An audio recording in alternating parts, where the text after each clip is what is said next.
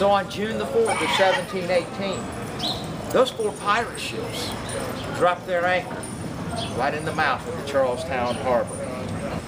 He sent one of his best men into town, along with another man, to find the governor and tell the governor exactly what they wanted. So when they came into town, they found Governor Robert Johnson's office, and they stormed into his office and they said, "You're going to give us what we want, sir, because if you don't, the first thing we're going to do is send you the heads of all these people that we have out here in the harbor." And they had a lot of people, about 80 hostages. And said, "After we've sent you all their heads, then we're going to sink every one of these ships right in the middle of your channel. So nothing will get in or out of this town until you've cleaned the mess up." Well, the governor looked at him and says, "What do you want?" They wanted medicine. Yes, Blackbeard went to all this fuss just to fill a prescription. So the governor said, "Don't do anything rash. I'll see that I can get it for you." 400 English pounds worth of mercury was given to Richards, and he carried it back and he gave it to Blackbeard. Now when he got back out there, Blackbeard said, "Well, we've got what we came for. Let's get out of here. Turn all those people loose. We don't need them anymore." So they released every single hostage completely unharmed, sent them ashore, and Blackbeard disappeared out of our harbor. Now Blackbeard has a goal. Long-term goals, short-term goals, just like any good businessman. Now the first thing he's decided they really need very badly is a pardon, because pardons were being offered at this point by the king, King George in England. He's told all these people that if you will surrender yourselves and not be pirates anymore, you can have a pardon. So Blackbeard's decided he wants one. But now he's not taking the chance to get one up to this point. Why? Because if he had taken a pardon in any of the other places they have gone by, Barbados, Jamaica, the Bahamas, and even here in Charleston, where he was offered one by our governor, he would have had to have relinquished 2 very important things to Blackbeard. First of all, his ships. Number 2, his treasure. He didn't want to give it up. So he had a very special place he was headed. A special place for all of us. He was going home. Now where is home? North Carolina. Yes. He is headed now to his homestead that his father established years ago in a little fishing community outside of the town of Beaufort, North Carolina. The little town that he settled in was called Bath, North Carolina. Now here's a little bit of information about Blackbeard a lot of people don't know. Blackbeard's father was named James Beard. James Beard came here from England. He settled with his family in Goose Creek, just up the Cooper River from here. While there, he and his wife had a beautiful boy, a beautiful little boy they named Edward. Little did they know that Edward Beard would later become the most notorious pirate that most people know about, Blackbeard. Now, he lived up there until he eventually went out to sea and became a privateer, sailing with a man named Benjamin Hornigold out of Jamaica. James Beard eventually left Goose Creek and moved his family to the little fishing village, Bath, North Carolina. And he had a nice farm up there. That is where Blackbeard is headed. Now, it's important to note that this little farm that he had a very distinguished next-door neighbor. Who was that next-door neighbor? Tobias Knight. Tobias Knight was the secretary to Governor Charles Eden in North Carolina.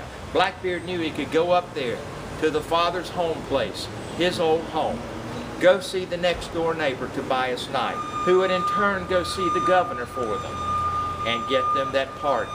He would then be home, he would have all of his treasure, and he wouldn't have had to give anything up. So that's where they're headed.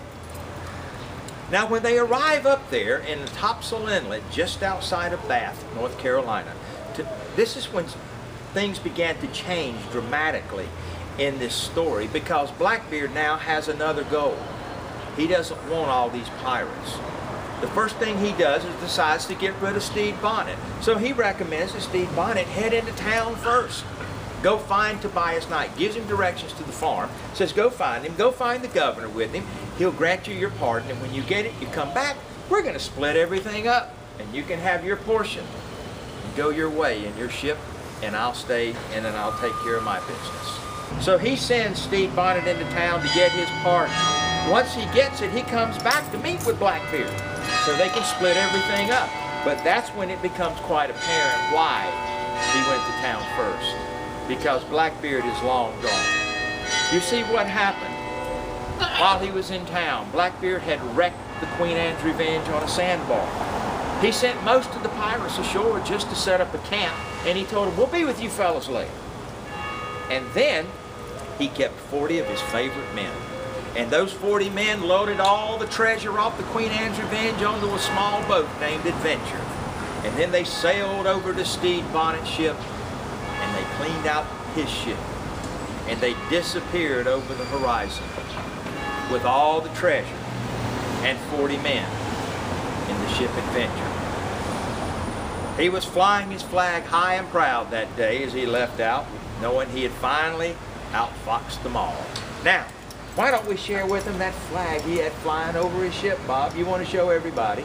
All right, you want to hold up your end, Bob? Hang on tight. There you go. What a wonderful job. Thank you, Bob. So Blackbeard is now left, but what does he do? He circled around in the Adventure and came back to North Carolina. He then found the governor and was granted that pardon that he wanted. Now this treasure that he had with him that was so valuable is quite interesting about it. Blackbeard's treasure, unbeknownst to a lot of people, was not something he would stuff into a big, huge treasure chest and just bury on an island somewhere. Mark it with an X. Oh no, his treasure was a little different. And actually this treasure that he had, he was asked to bring it back to North Carolina by some officials because it was an important thing for them to have. In that part of North Carolina, there were no slave markets. The closest slave markets to that area were either here in Charlestown or Williamsburg, Virginia. So Blackbeard brought them back the labor they wanted. The flagship of Blackbeard was called the Queen Anne's Revenge. What was the Queen Anne's Revenge before it became his ship? A French vessel named the Concorde that he stole over near the Leeward Islands. This ship was a French slave vessel. So when he stole it, he removed the crew and took the ship as his own, and it became the Queen Anne's Revenge. Now when Blackbeard left all those men sitting on the beach up there in North Carolina and sailed away with the treasure and 40 men, one of those pirates that was with him, a man named David Harriet, gave a deposition in the trial for another pirate, Stede Bonnet. And in that deposition, he said that when Blackbeard left him up there on the beach and he sailed away on the Adventure with 40 members of the crew, he said he had 60 African slaves. Now, when Blackbeard's ship was taken down by Lieutenant Robert Maynard on November 22nd of 1718 in North Carolina, he said when they boarded the ship, they found 5 emancipated African slaves that were part of his crew. But David Harriet said he had 60 with him. Where'd the other 55 go? He sold them. Tobias Knight, in his yearly tax record, at the end of that year, said he had 4 slaves and put the value of those slaves on his records. That's how much Blackbeard sold those slaves for. Today's money, they would have been worth over $8 million. That was Blackbeard's treasure, the stolen slaves that he sold in North Carolina.